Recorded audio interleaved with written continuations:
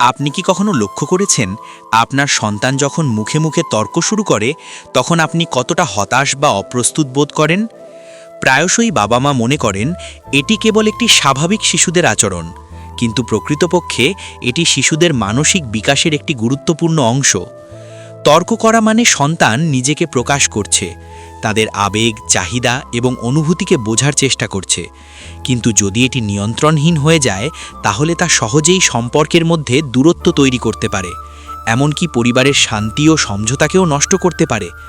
তাই শুধু ধৈর্য ধরে বসে থাকা যথেষ্ট নয়, বরং কার্যকর কৌশল জানা অত্যন্ত জরুরি।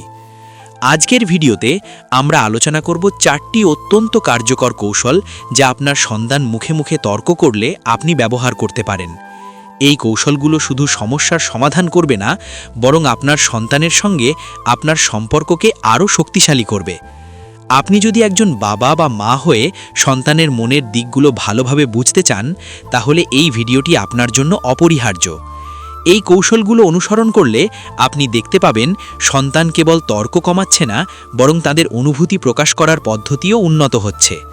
মনে রাখবেন, সন্তানের সঙ্গে ভালো সম্পর্ক গড়ে তোলা মানে শুধু তাদেরকে নির্দেশ দেওয়া নয়, বরং তাদেরকে শোনার এবং বোঝার মানসিকতা তৈরি করা। তাই এই ভিডিওটি দেখার সময় পুরো মনোযোগ দিন এবং প্রতিটি পয়েন্টকে আপনার বাস্তব জীবনে প্রয়োগ করার চেষ্টা করুন। এছাড়া ভিডিওটি যদি আপনার কাজে লাগে বা আপনার জানা অন্য বাবা মা বা বন্ধুদের সাহায্য করতে পারে, তবে অনুগ্রহ করে লাইক, কমেন্ট, শেয়ার করতে ভুলবেন না। সাবস্ক্রাইব বাটনে ক্লিক করুন এবং ঘড়ির আইকনে চাপ দিন, যাতে পরবর্তী গুরুত্বপূর্ণ কৌশলগুলো আপনি মিস না করেন।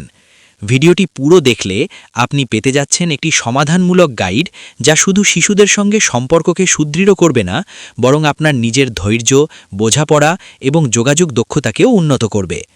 আজ আমরা যে 4টি কৌশল আলোচনা করতে যাচ্ছি সেগুলো বাস্তব অভিজ্ঞতার উপর ভিত্তি করে নির্বাচিত, যা প্রমাণিতভাবে সন্তানদের সঙ্গে তর্কমুক্ত, শান্তিপূর্ণ এবং অর্থপূর্ণ সংলাপ গড়ে তুলতে সাহায্য করে। তাই পুরো ভিডিওটি শেষ পর্যন্ত দেখুন, নোট করুন এবং প্রয়োগ করুন। পয়েন্ট 1, শিশুদের আবেগকে গুরুত্ব দিয়ে শুনুন। আপনার সন্তান যদি মুখে মুখে তর্ক শুরু করে, প্রথম এবং সবচেয়ে গুরুত্বপূর্ণ পদক্ষেপ হল তাদের আবেগকে গুরুত্ব দিয়ে শোনা। অনেক বাবা মা এই পর্যায়ে সন্তানকে চুপ করাতে বা বিষয়টি দ্রুত শেষ করতে চেষ্টা করেন, কিন্তু এটি কখনো কাজ করে না। শিশু যখন কথা বলছে বা রাগ প্রকাশ করছে, তখন তাদের মন প্রায়শই বিক্ষিপ্ত এবং তারা নিজের আবেগকে বুঝতে বা প্রকাশ করতে পারে না। এমন পরিস্থিতিতে প্রথমে আমাদের নিজেকে শান্ত রাখা প্রয়োজন। আপনার মনকে স্থির করুন এবং মনে করুন এই মুহূর্তে আপনার কাজ হল তাদেরকে বোঝার চেষ্টা করা, শুধুমাত্র বিচার করা নয়। শিশুদের সাথে সংলাপ শুরু করার সময় চোখে চোখ রাখুন এবং মনোযোগ দিয়ে তাদের কথা শুনুন। তাদের কথার মধ্যে যতটা সম্ভব তথ্য সংগ্রহ করুন। কী কারণে তারা রাগান্বিত, কিভাবে তারা অনুভব করছে এবং তাদের প্রধান চাহিদা বা অনুরোধ কী। এই পর্যায়ে আপনার কাজ হল প্রতিক্রিয়া দেওয়া নয়, বরং শুধুমাত্র সক্রিয়ভাবে শোনা। শোনা মানে শুধু শব্দগুলো বোঝা নয়, আবেগ বোঝাও।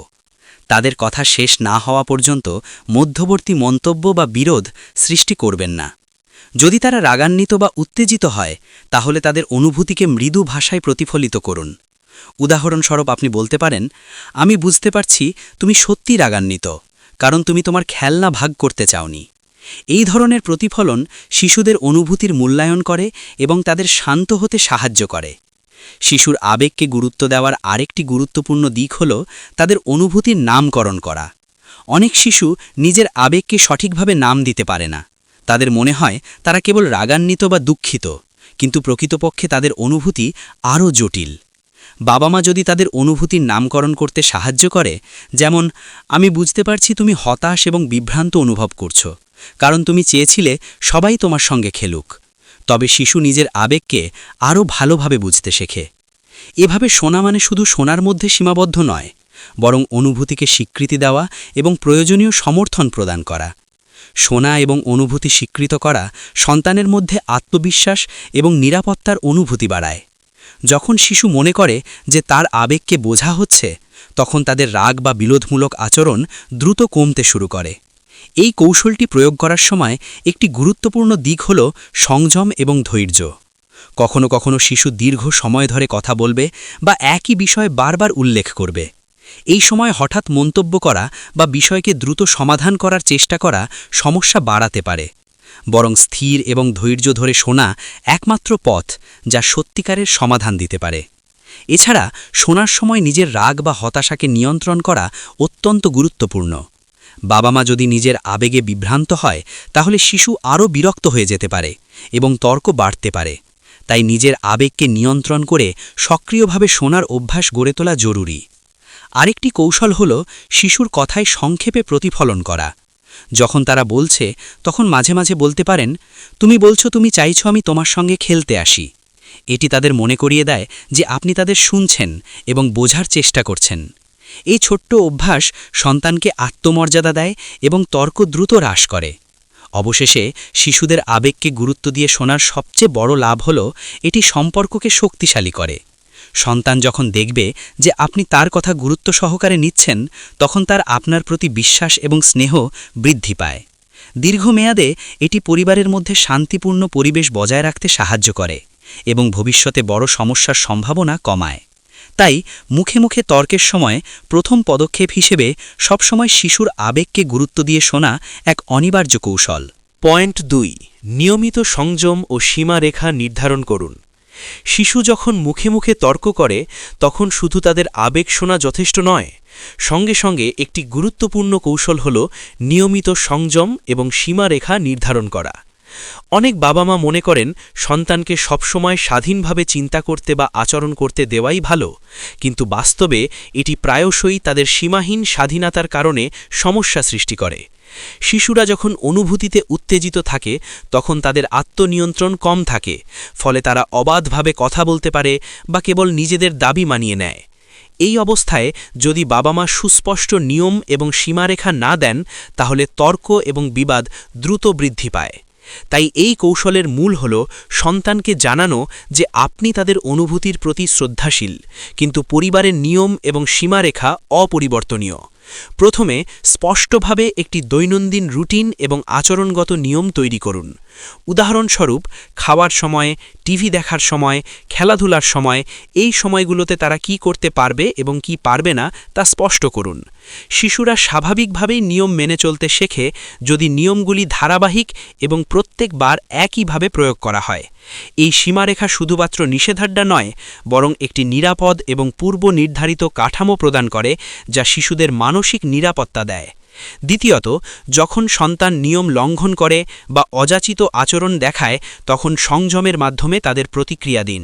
হঠাৎ রাগ বা চিৎকার করা কখনো কাজ করে না, বরং সমস্যার মাত্রা বাড়ায়। সংযম হল একটি কার্যকর কৌশল যেখানে আপনি স্থিরভাবে, মৃদু কণ্ঠস্বর এবং শান্ত ভাষায় তাদের ভুল বোঝান এবং প্রয়োজনীয় নির্দেশ দেন। উদাহরণস্বরূপ, যদি সন্তান খেলনা নষ্ট করে দেয় বা চিৎকার করে, আপনি বলতে পারেন, আমি জানি তুমি রাগান্বিত, কিন্তু এই আচরণ ঠিক নয়। এখন আমরা একসাথে শান্তভাবে এটি ঠিক করি। সংযম এবং সীমারেখার সমন্বয়ে শিশুদের শেখায় যে তাদের আবেগকে প্রকাশ করার স্বাধীনতা রয়েছে, কিন্তু তা নিয়মের মধ্যে থাকতে হবে। তৃতীয়ত, সংযমের সাথে সাথে ফলাফল নির্ধারণ গুরুত্বপূর্ণ। শিশুদের বোঝানো প্রয়োজন যে প্রতিটি আচরণের একটি ফলাফল আছে।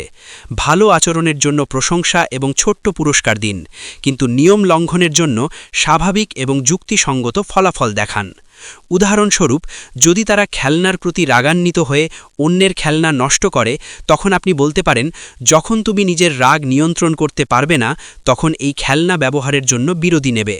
এটি তাদের শেখায় দায়িত্ব নেওয়া এবং স্বাভাবিক ফলাফলের সঙ্গে মিলিয়ে চলার গুরুত্ব। চতুর্থ দিক হল সীমারেখা ও সংযমের ধারাবাহিকতা। অনেক সময় বাবা মা প্রথমে নিয়ম ঠিকভাবে প্রয়োগ করেন, কিন্তু পরবর্তী সময়ে ধৈর্য হারিয়ে ফেলে। এটি শিশুদের জন্য বিভ্রান্তিকর হয় এবং তারা বুঝতে পারে যে নিয়মগুলো স্থায়ী নয়। তাই নিয়ম এবং সংযমে ধারাবাহিক থাকা অনিবার্য।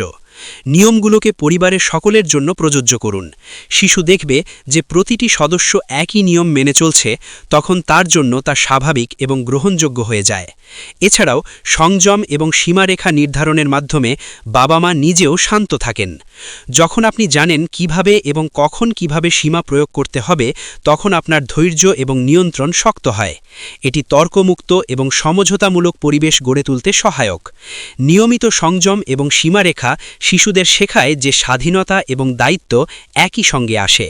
তারা শেখে কিভাবে নিজের আবেগ নিয়ন্ত্রণ করতে হয় এবং কিভাবে শান্তভাবে যোগাযোগ করতে হয়। দীর্ঘমেয়াদে এটি শিশুদের আত্মবিশ্বাস এবং মানসিক স্থিতিশীলতা বৃদ্ধি করে, যা তাদের ভবিষ্যতের জন্য অপরিসীম মূল্যবান। তাই মুখে মুখে তর্কের সময় দ্বিতীয় কৌশল হিসেবে নিয়মিত সংযম এবং সীমারেখা নির্ধারণ করা অনিবার্য। এটি সম্পর্ককে সুদৃঢ় করে, শান্তিপূর্ণ পরিবেশ নিশ্চিত করে এবং সন্তানকে দায়িত্বশীল ব্যক্তি হিসেবে গড়ে তোলে। পয়েন্ট ৩, সমস্যার সমাধান করতে যৌথভাবে কাজ করুন। যখন সন্তান মুখে মুখে তর্ক করে তখন অনেক বাবা মা স্বাভাবিকভাবেই একপাক্ষিকভাবে সমস্যার সমাধান করতে চান। তারা মনে করেন, আমি অভিভাবক, আমি ঠিক বলছি, তাই সন্তানকে শুধু নির্দেশ দেয়া উচিত। কিন্তু বাস্তবে এটি কার্যকর হয় না। শিশুদের মধ্যে স্বাধীনতা এবং যুক্তি প্রদর্শনের প্রবণতা থাকে। তারা চাইবে তাদের কথা শোনা হোক এবং তাদের মতামত গ্রহণযোগ্য মনে হোক। তাই মুখে মুখে তর্কের সময় তৃতীয় কৌশল হিসেবে অত্যন্ত গুরুত্বপূর্ণ হল সমস্যার সমাধান করতে যৌথভাবে কাজ করা। প্রথমে পরিস্থিতি শান্ত হওয়া পর্যন্ত কিছুক্ষণ বিরতি নিন। যদি আপনার সন্তান রাগান্বিত বা উত্তেজিত থাকে, তখন যৌথ সমাধানের চেষ্টা করা সম্ভব নয়। নিজের এবং সন্তানের আবেগকে স্থির করার পরেই আলোচনার সূচনা করুন। শিশুদের বোঝানো গুরুত্বপূর্ণ যে তারা সমস্যা সমাধানের অংশ এবং তাদের মতামত গ্রহণযোগ্য। উদাহরণস্বরূপ, যদি দুই সন্তান খেলনা নিয়ে তর্ক করছে, তখন তাদের বলতে পারেন, চলো আমরা একসাথে সমাধান খুঁজে বের করি যাতে সবাই খুশি হয়। যৌথভাবে সমাধান খোঁজা মানে শুধু তাদের কথা শোনা নয়, বরং তাদেরকে যুক্তি, বিকল্প এবং সমঝোতার প্রক্রিয়ায় সম্পৃক্ত করা। দ্বিতীয়ভাবে, যৌথ সমাধানের সময় বিকল্প তৈরি করা অত্যন্ত কার্যকর। শিশুদের সঙ্গে আলোচনা করুন, বিভিন্ন সম্ভাব্য সমাধান কি হতে পারে তা খুঁজে বের করুন। তাদেরকে প্রশ্ন করুন, তুমি কি মনে করো আমরা কিভাবে এটি ঠিক করতে পারি, বা তুমি কোন সমাধানটি ভালো মনে করছো? এভাবে শিশুদের যুক্তি এবং সমস্যা সমাধানের দক্ষতা বিকাশ পায়। তারা শেখে কিভাবে নিজের আবেগ নিয়ন্ত্রণ করতে হয় এবং যৌক্তিকভাবে সিদ্ধান্ত নিতে হয়। তৃতীয়ত, যৌথ সমাধানের সময় সমঝোতার মনোভাব তৈরি করা অপরিহার্য। অনেক সময় শিশু চায় সবকিছু তার মতো চলুক, কিন্তু যৌথ সমাধান মানে প্রতিটি পক্ষকে কিছুটা সমঝোতা করতে শেখানো। উদাহরণস্বরূপ, যদি এক শিশু চায় পুরো সময় খেলুক এবং অন্য শিশু চায় নিজের সময় নিক, তাহলে উভয়কে বলুন, আজ তুমি 20 মিনিট খেলো, পরে তোমার ভাই বা বোন খেলবে। এই ছোট্ট সমঝোতা শেখায় যে সম্পর্কের মধ্যে অন্যের চাহিদাকেও গুরুত্ব দিতে হয়। চতুর্থভাবে, যৌথ সমাধানের মাধ্যমে শিশুদের দায়িত্ববোধ বৃদ্ধি করা যায়। তারা শেখে যে সমস্যার সমাধান শুধু বড়দের দায়িত্ব নয়, বরং তাদের নিজস্ব সিদ্ধান্ত এবং আচরণের ফলাফলের প্রতি দায়িত্ব রয়েছে। উদাহরণস্বরূপ, যদি তারা খেলনার জন্য তর্ক করছে এবং নিজস্ব সমাধান খুঁজে বের করছে, তবে তারা বুঝতে শেখে যে এই সিদ্ধান্তের সঠিক প্রয়োগ এবং ফলাফলের জন্য তাদের নিজেই জবাবদিহি করতে হবে। পঞ্চমভাবে, যৌথ সমাধানের সময় বাবা মার কাজ হল সহজ এবং স্পষ্ট নির্দেশনা দেওয়া। শিশুদের যুক্তি এবং সমস্যা সমাধানের প্রক্রিয়ায় সম্পৃক্ত করা মানে এই নয় যে সবকিছু তাদের হাতে ছেড়ে দেওয়া। প্রয়োজনীয় নির্দেশনা এবং কাঠামো প্রদান করা গুরুত্বপূর্ণ। যেমন, আমরা একসাথে 3টি সমাধান খুঁজব এবং তারপর সবচেয়ে ভালোটি বেছে নেব। ষষ্ঠ কৌশল হল ধৈর্য এবং সময় দেওয়া। যৌথভাবে সমাধান করার সময় শিশুরা বিভিন্ন বিকল্প এবং সমঝোতার মাধ্যমে সময় নেবে। ধৈর্য ধরে তাদেরকে সমাধানের প্রক্রিয়ায় নিয়ে আসলে তারা নিজেও শেখে কিভাবে যুক্তি সহকারে কাজ করতে হয়। এছাড়াও যৌথ সমাধান শিশুদের মধ্যে বিশ্বাস এবং সম্পর্ককে আরও দৃঢ় করে। তারা বোঝে যে বাবা মা তাদের কথা গুরুত্ব সহকারে শোনেন এবং তাদের মতামত গ্রহণযোগ্য। দীর্ঘমেয়াদে এটি তাদের মানসিক স্থিতিশীলতা, যুক্তি বিকাশ এবং সামাজিক দক্ষতাও বৃদ্ধি করে। মুখে মুখে তর্কের সময় যৌথভাবে সমাধান খোঁজা মানে শুধু তর্ক কমানো নয়, বরং শিশুদের সঙ্গে সম্পর্ককে শক্তিশালী করা, তাদের যুক্তি বিকাশ করা এবং সমস্যার সমাধান করার দক্ষতা শেখানো। এটি একটি দীর্ঘমেয়াদী কৌশল যা প্রাথমিকভাবে ধৈর্য এবং সময় দাবি করে, কিন্তু ফলাফল অত্যন্ত মূল্যবান। তাই মুখে মুখে তর্কের সময় তৃতীয় কৌশল হিসেবে সমস্যার সমাধান করতে যৌথভাবে কাজ করা অত্যন্ত গুরুত্বপূর্ণ। পয়েন্ট 4, ইতিবাচক প্রশংসা ও স্বীকৃতি প্রদান করুন। যখন সন্তান মুখে মুখে তর্ক করছে, তখন অনেক বাবা মা শুধুমাত্র ভুল সংশোধনের দিকে মনোযোগ দেন। কিন্তু চূড়ান্ত এবং দীর্ঘমেয়াদী ফলাফলের জন্য অপরিহার্য হল ইতিবাচক প্রশংসা ও স্বীকৃতি প্রদান। শিশুদের আচরণ শুধুমাত্র শাসন বা নির্দেশ দিয়ে পরিবর্তন করা যায় না, তাদেরকে অনুপ্রেরণা এবং স্বীকৃতিও প্রয়োজন। ইতিবাচক প্রশংসা মানে হল শিশুর ভালো আচরণ, যুক্তি প্রদর্শন, শান্তভাবে কথা বলা বা সমঝোতায় অংশ নেওয়া যে কোনো প্রয়াসকে স্বীকৃতি দেওয়া। যখন আপনি এমন আচরণের জন্য তাদের প্রশংসা করেন, তখন তারা বুঝতে শেখে কোন আচরণ গ্রহণযোগ্য এবং কোন আচরণ প্রত্যাখ্যাত। প্রথমে ছোট ছোট অর্জনকে স্বীকৃতি দিন। উদাহরণস্বরূপ, যদি শিশু তর্ক করার সময় শান্ত থাকতে পারে বা অন্যের কথা শুনতে পারে, আপনি বলতে পারেন, আমি খুব খুশি যে তুমি আজ শান্তভাবে কথা বলছো এবং অন্যের কথাও শোনার চেষ্টা করছো। এই ছোট্ট স্বীকৃতি শিশুদের আত্মবিশ্বাস বৃদ্ধি করে এবং পরবর্তী সময়ে তারা আবারও একই আচরণ করতে আগ্রহী হয়। দ্বিতীয়ভাবে, ইতিবাচক প্রশংসা শিশুদের আত্মনিয়ন্ত্রণ শেখায়। মুখে মুখে তর্কের সময় তারা যদি দেখেন যে শান্তভাবে এবং যুক্তিসঙ্গতভাবে কথা বললে তাদের প্রশংসা হবে, তারা শিখতে শুরু করে নিজের আবেগ নিয়ন্ত্রণ করতে। এটি তাদের মানসিক বিকাশের একটি গুরুত্বপূর্ণ অংশ, কারণ তারা বুঝতে শেখে যে রাগ বা উত্তেজনা প্রকাশ করা সবসময় ফলপ্রসূ নয়, বরং ধৈর্য এবং যুক্তি প্রয়োগ করাই কার্যকর। তৃতীয়ভাবে, ইতিবাচক প্রশংসা আত্মসম্মান বাড়ায়। শিশু যখন নিজের ভালো আচরণকে বাবা মার দ্বারা স্বীকৃত দেখতে পায়, তখন তারা অনুভব করে যে তারা মূল্যবান এবং প্রিয়।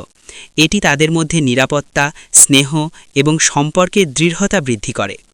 চতুর্থ দিক হল প্রশংসা ও স্বীকৃতিকে প্রায়ই ধীরে ধীরে অভ্যাসে পরিণত করা। একবার প্রশংসা করা যথেষ্ট নয়, এটি নিয়মিতভাবে এবং প্রতিটি ইতিবাচক আচরণের সঙ্গে যুক্ত করতে হবে।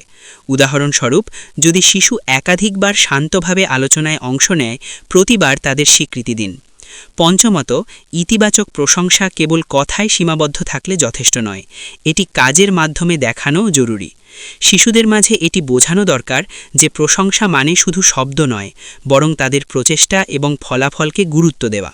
আপনি ছোট ছোট আচরণে তাদের সাহায্য করতে পারেন, যেমন, চলো আমরা একসাথে তোমার যুক্তি অনুযায়ী সমাধান করি, আমি দেখতে পাচ্ছি তুমি চেষ্টা করছো। ষষ্ঠ দিক হল স্বীকৃতি ও প্রশংসা শিশুদের মধ্যে উদ্দীপনা ও প্রেরণা তৈরি করে। তারা শেখে যে ভালো আচরণ করা মানে শুধুমাত্র শাস্তি এড়ানো নয়, বরং প্রশংসা ও ইতিবাচক মনোভাব পেতে পারে। এটি তাদেরকে আরও ইতিবাচকভাবে আচরণ করতে উৎসাহিত করে। সপ্তমত, মুখে মুখে তর্কের পর ফলাফলের স্বীকৃতি দিন। যদি শিশু তর্কের সময় শান্ত থাকে বা যৌথ সমাধানে অংশ নেয়, তাদেরকে জানাতে হবে যে এটি গুরুত্বপূর্ণ এবং মূল্যবান। উদাহরণস্বরূপ বলতে পারেন, আজ তুমি খুব ভালোভাবে সমস্যা সমাধান করতে পারলে, আমি সত্যিই গর্বিত। এটি তাদের শেখায় যে প্রতিটি আচরণের ফলাফল গুরুত্বপূর্ণ এবং ইতিবাচক আচরণ পুনরাবৃত্তি হবে। অষ্টম দিক হল ইতিবাচক প্রশংসা সম্পর্ককে দৃঢ় করে।